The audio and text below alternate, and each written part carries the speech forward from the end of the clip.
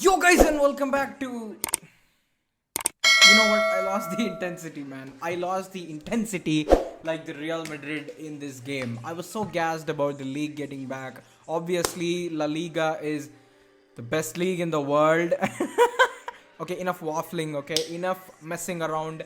Let me just get to the point and let me discuss everything that was covered in this game and also highlight the positives and the negatives and blah blah blah blah blah. Whatever, just come to the point, alright. Ladies and gentlemen, if you can look at the screen right here, you can see that this was the lineup, ladies and gentlemen. Now, speaking about the lineup, I was very much surprised by the absence of Casemiro, who is actually the most important player in the Real Madrid team. So it did startle me a bit, and it did I was really surprised for sure. But let me be honest, it also because I understood where Zinedine Zidane was coming from, because Real Sociedad has had a terrible defensive record in their last 13 to 14 games, which is even worse now to look at because we couldn't even put one goal past them.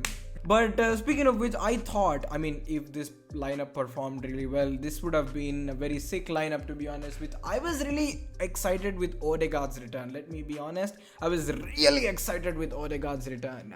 And in the first 20 to 25 minutes as well, you can see how Odegaard's presence was facilitating good amount of vertical passes into the final third. It's just a shame that Benzema was having an off day. Obviously say that there was a lot of rust in this Real Madrid 11 currently, and especially you could tell that about the Real Madrid wingers, who are finding it very hard to contribute something into the final third to create like a legitimate chance, ladies and gentlemen. So yeah, it pissed me off. Okay, it pissed me off. Toni Kroos and Luka Modric playing behind Martin Odegaard. You could say that Modric and Odegaard not the best combination, ladies and gentlemen. Let me be very honest. Modric keeps interfering into Odegaard's positioning, I felt like so many times, which actually forced Odegaard to go out of possession so many times. And you could tell that Odegaard hasn't played that much with this Real Madrid squad, because you can see that while Real Madrid is really playing on the wings,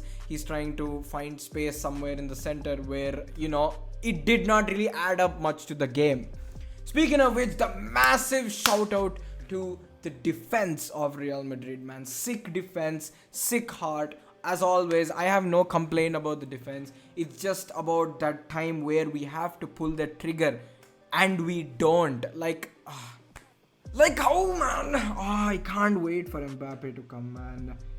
And speaking of which, you know what? Speaking of attacking options in this game, we will very soon come to that as well, as we watch a bit of the highlights together. Just some key moments. Obviously, La Liga is going to strike me if I just sit in front of you and just watch the whole game with you. But you get the gist, alright. And massive shout out, man. Massive shout out to Rafael Varane tonight, man. Played like a dog. Wherever you go, you could see him. Blocks, interceptions, tackles. Man was literally everywhere. If we were able to keep a clean sheet today, you could really give that credit to Rafael Varane more than anyone on the squad. So my man of the match for sure is Rafael Varane. And my goat of the match tonight was Rodrigo Goes. Rodrigo had a very trash game, man. He couldn't, oh my god. Anyway, let's look at the key clips together and yeah, let's get straight into it. Yeah, I was definitely impressed that Vinicius won a free kick early on, like under that first 10 minutes. But this is the thing, man. What was the problem with Real Madrid in this game was that they were trying to find for a perfect chance, and they weren't trying to test the goalkeeper, man. If they would have tested the goalkeeper, oh man, we'd have like laid them out, man. But anyway, I literally have no right to say comments, past comments like that, because this is the kind of challenging that we do, man. Look at that. Look at that. Yeah. That was the kind of challenging the goalkeeper situations today. I would say that they had more dangerous goal scoring chances than us, which is very embarrassing, to be honest, because considering that they have been conceding left, right and center in these recent games, and that's kind of like very sad if you think about it. Or Rodrigo, man. I get it that he was like trying to win fouls and shit in the attacking half, but at the same time, he wasn't really contributing much, man, on the flanks. I mean, I could say that for Vinicius as well.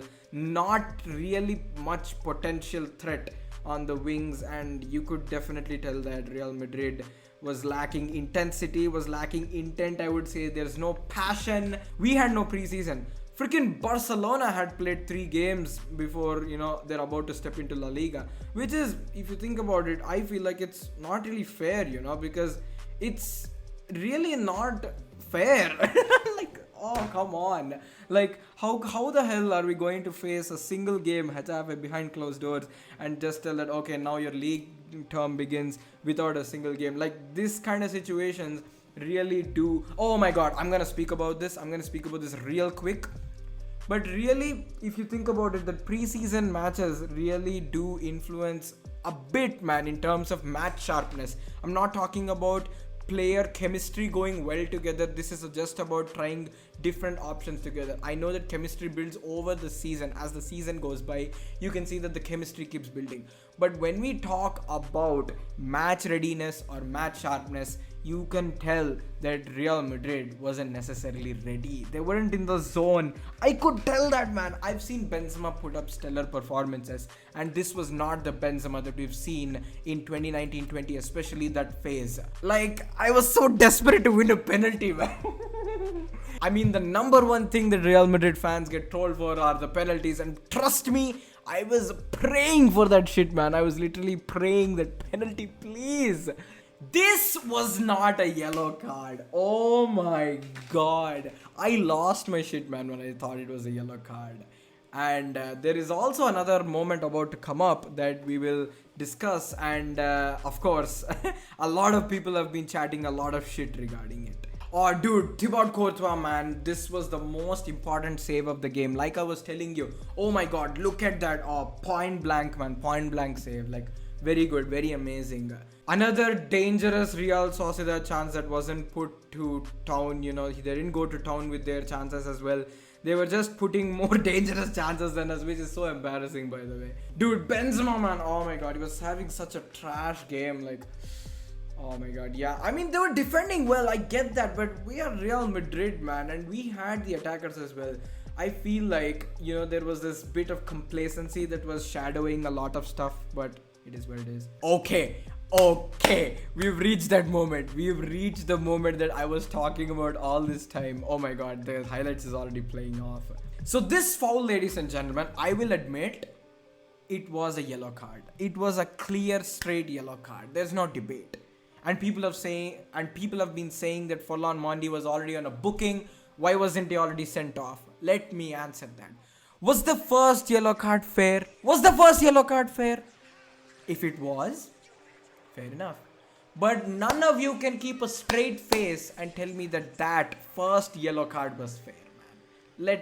Shut your ass up, okay? I swear, if you think that first yellow card was fair, I'ma slap you, man, right now. Like, oh my god, don't get me started on this. Anyway, there's not really much to talk about after this moment. The second half was pretty much trash. You can tell that with the second half substitutions that Zinedine Zidane made were, I think, kind of debatable. I'm very happy to see Arribas make his debut as well, but not in the right moment, I would say. Not many people are going to have the correct and the most accurate perception of him, but we know, man. I watched the UEFA Youth League all along and I've seen Arribas play, and Arribas is amazing. But I feel like Luka Jovic should have been brought on, man. What's wrong with Zinedine Zidane that he doesn't bring Luka Jovic and overload that box and instead bring Castilla players, man? I have nothing against Castilla players. I love the Castilla, but Luka Jovic would have been so much better, man, in this scenario. I don't know what Zidane's head is going through, man. The man is the most unpredictable coach I've ever seen. So yeah, let me know your review, guys, in the comments down below. I know most of you are pissed off. If you're a Real Madrid fan, I know you're pissed off. If you're a Barcelona fan, well done. Well done, okay? Anyway, I'll see you guys in a bit. Take care and peace, man. I try to sleep the pain away, but it's insane.